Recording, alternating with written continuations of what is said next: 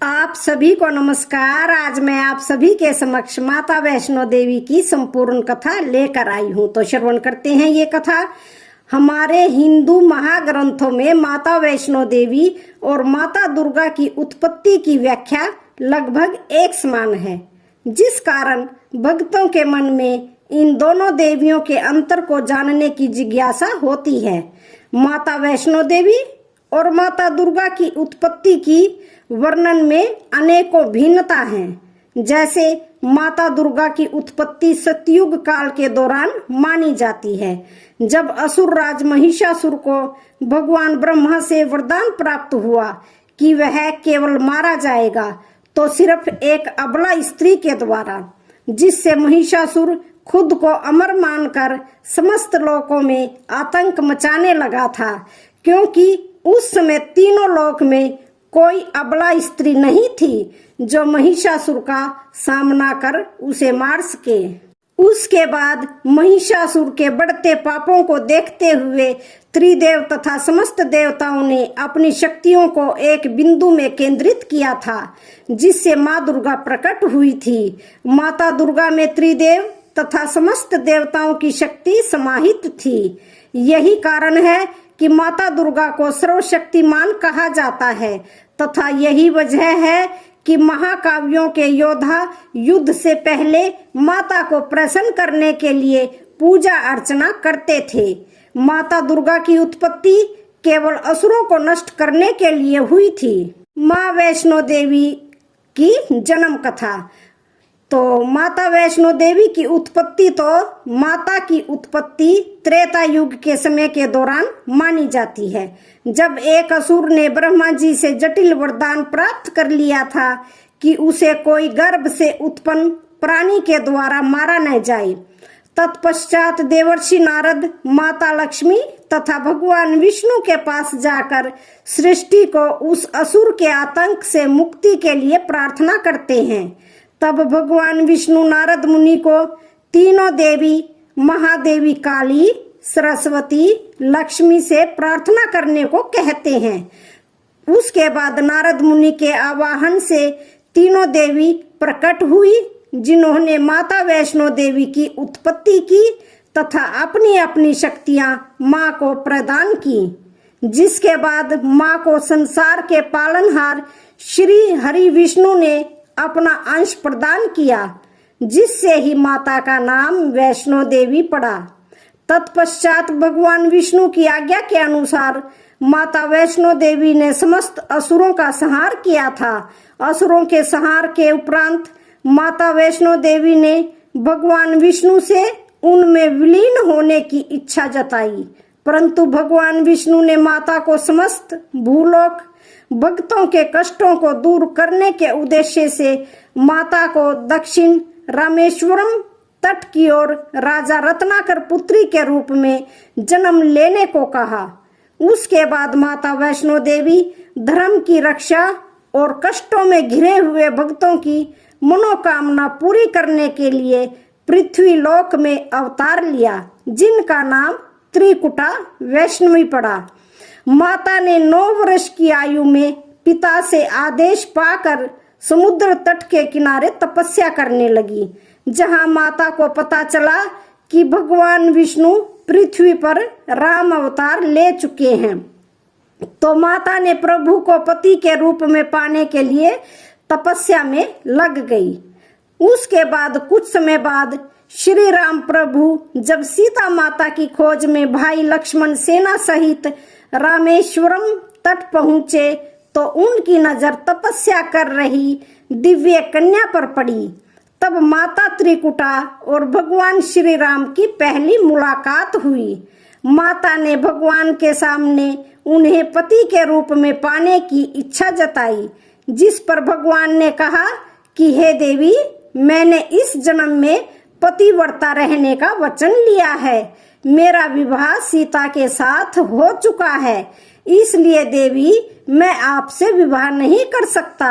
लेकिन भगवान त्रिकुटा की भक्ति से बेहद प्रसन्न हुए। माता त्रिकुटा की भक्ति को देखकर भगवान श्री राम कहते हैं कि हे देवी, अब हम हम अभी सीता की खोज में लंका की ओर जा रहे हैं और मैं जल्दी ही वापस आऊंगा। वापस आते समय मैं आपसे जरूर मिलूंगा। अगर आप मुझे पहचान लेंगी तो आपसे अवश्य विवाह कर लूंगा। लेकिन देवी, आपने मुझे अगर नहीं पहचाना तो मैं अपने वचन से मुक्त हो जाऊंगा। उसके बाद समय बीत जाने के बाद श्री राम लंका विजय होकर पुष्पक विमान में अयोध्या लौटते समय अपने वचन को निभाने के लिए हनुमान के साथ मुनि के भेष में त्रिकुटा के पास पहुंचे और भिक्षा मांगने लगे। त्रिकुटा भगवान की माया में फंस गई। वह भगवान को नहीं पहचान पाई। तब भगवान ने अपने वास्तविक रूप में आ गए। माता त्रिकुटा भगवान को न पहचानने की भूल के कारण बहुत दुखी होती है। तब भगवान श्री राम त्रिकुटा से कहते हैं, हे देवी, आप उत्तर भारत में स्थित मणिक त्रिकूट पर्वत श्रृंखला में स्थित एक गुफा में महाकाली, महालक्ष्मी, महासरस्वती के साथ विराजमान होकर आने वाले युगों में सच्चे भक्तों के दुखों को दूर करें। मैं कलयुग में जब कल्कि के रूप में अवतार लूंगा तब मैं आपसे विवाह करूंगा। तब तक महावीर हनुमान धर्म की रक्षा में आपकी सहायता करेंगे।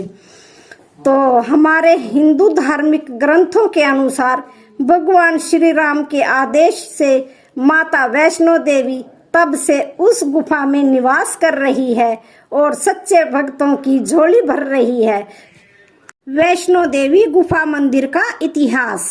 त्रिकुटा की पहाड़ियों पर स्थित एक गुफा में माता वैष्णो देवी की स्वयंभू 3 मूर्तियां हैं।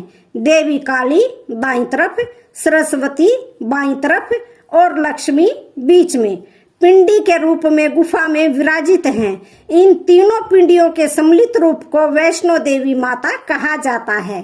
इस स्थान को माता का भवन कहा जाता है। पवित्र गुफा की लंबाई 98 फीट है। इस गुफा में एक बड़ा चबूतरा बना हुआ है। इस चबूतरे पर माता का आसन है, जहां देवी त्रिकुटा अपनी माताओं के साथ विराजमान रहती है। भवन वह स्थान है जहां माता ने भैरवनाथ का वध किया था। प्राचीन गुफा के समक्ष भैरव का शरीर मौजूद है और उसका सिर उड़कर 3 किलोमीटर दूर भैरव घाटी में चला गया और शरीर यहाँ पर रह गया। जिस स्थान पर सिर गिरा, आज उस स्थान को भैरवनाथ के मंदिर के नाम से जाना जाता है।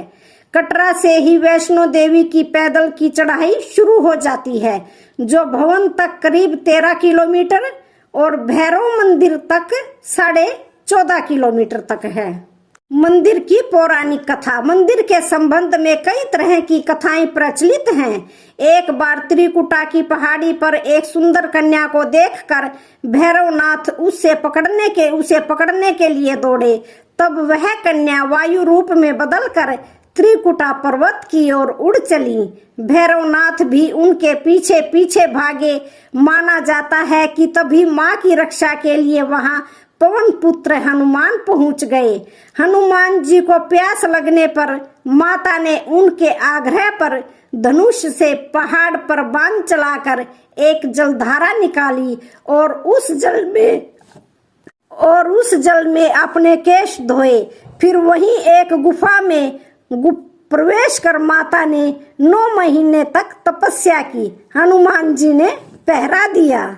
फिर भैरवनाथ वहां आ गए। उस दौरान एक साधु ने भैरवनाथ से कहा कि तू जिसे एक कन्या समझ रहा है वह आदि शक्ति जगदम्बा है, इसलिए उस महाशक्ति का पीछा छोड़ दे। भैरवनाथ ने साधु की बात नहीं मानी। तब माता दूसरी गुफा की दूसरी ओर से मार्ग बनाकर बाहर निकल गई। यह गुफा आज भी अर्धकुमारी या आदि कुमारी या गर्भजून के नाम से प्रसिद्ध है। अर्धकुमारी के पहले माता की चरण पादुका भी है। यह वह स्थान है जहां माता ने भागते भागते मुड़कर भैरवनाथ को देखा था। अंत में गुफा से बाहर निकलकर कन्या ने देवी का रूप धारण किया और भैरवनाथ वापस जाने का कहकर फिर से गुफा में चली गई, लेकिन भैरवनाथ नहीं माना और गुफा में प्रवेश करने लगा। यह देखकर माता की गुफा पर पहरा दे रहे हनुमान जी ने उसे युद्ध के लिए ललकारा और दोनों का युद्ध हुआ। युद्ध का कोई अंत नहीं देखकर माता वैष्णवी ने महाकाली का रूप लेकर भैरवनाथ का वध कर दिया। कहा जाता है कि अपने वध के बाद भैरवनाथ को अपनी भूल का बहुत पश्चाताप हुआ और उसने मां से क्षमादान की भीख मांगी। माता वैष्णो देवी जानती थी कि उन पर हमला करने के पीछे भैरव की प्रमुख मंशा मोक्ष प्राप्त करने की थी। तब उन्होंने न केवल भैरव को पुनर्जन्म के चक्र से मुक्ति प्रदान की, बल्कि उसे वरदान देते हुए कहा कि मेरे दर्शन तब तक पूरे नहीं माने जाएंगे जब तक कोई भक्त मेरे बाद तुम्हारे दर्शन नहीं करेगा। मंदिर की कथा। उपरोक्त कथा को वैष्णो देवी के भक्त श्रीधर से जोड़कर भी देखा जाता है। 700 वर्ष से भी अधिक समय पहले कटरा से कुछ दूरी पर स्थित हंसाली गांव में मां वैष्णवी के परम भक्त श्रीधर रहते थे। वे निसंतान और गरीब थे, लेकिन वे सोचा करते थे कि एक दिन वे माता का भंडारा रखेंगे। एक दिन श्रीधर ने आसपास के सभी गांव वालों को प्रसाद ग्रहण करने का न्योता दिया और भंडारे वाले दिन श्रीधर अनुरोध करते हुए सभी के घर बारी बारी गए ताकि उन्हें खाना बनाने की सामग्री मिले और वह खाना बनाकर मेहमानों को भंडारे वाले दिन खिला सके। जितने लोगों ने उनकी मदद की वह काफी नहीं थी, क्योंकि मेहमान बहुत ज्यादा थे। वह सोच रहे थे कि इतने कम सामान के साथ भंडारा कैसे होगा। भंडारे के एक दिन पहले श्रीधर एक पल के लिए भी नहीं सो पाए, यह सोचकर कि वह मेहमानों को भोजन कैसे करा सकेंगे। वह सुबह तक समस्याओं से घिरे हुए थे और बस उसे अब देवी माँ से ही आस थी। वह अपनी झोपड़ी के बाहर पूजा के लिए बैठ गए। दोपहर तक मेहमान आना शुरू हो गए। श्रीधर को पूजा करते देख वे जहां जगह दिखी वहां बैठ गए। सभी लोग श्रीधर की छोटी सी कुटिया में आसानी से बैठ गए। श्रीधर ने अपनी आंखें खोली और सोचा कि इन सभी को भोजन कैसे कराएंगे। तब उसने एक छोटी लड़की को झोपड़ी से बाहर आते हुए देखा, जिसका नाम वैष्णवी था। वह भगवान की कृपा से आई थी। वह सभी को स्वादिष्ट भोजन परोस रही थी। भंडारा बहुत अच्छी तरह से संपन्न हो गया था। भंडारे के बाद श्रीधर उस छोटी लड़की वैष्णवी के बारे में जानने के लिए बेचैन थे, पर वैष्णवी गायब हो गई और उसके बाद किसी को भी नहीं दिखाई दी। बहुत दिनों के बाद श्रीधर को उस छोटी लड़की का सपना आया। उसमें स्पष्ट हुआ कि वह माँ वैष्णो देवी थी। माता रानी के रूप में आई लड़की ने उसे गुफा के बारे में बताया और 4 बेटों के वरदान के साथ उसे आशीर्वाद दिया। श्रीधर एक बार फिर से बहुत खुश हो गए और माँ की गुफा की तलाश में निकल पड़े और कुछ दिनों बाद उन्हें वह गुफा मिल गई। तभी से वहां पर माता के दर्शनों के लिए श्रद्धालु जाने लगे। तो आज की माता वैष्णो देवी की कहानी कैसी लगी? वीडियो अच्छी लगे तो चैनल को लाइक शेयर सब्सक्राइब जरूर करें। धन्यवाद।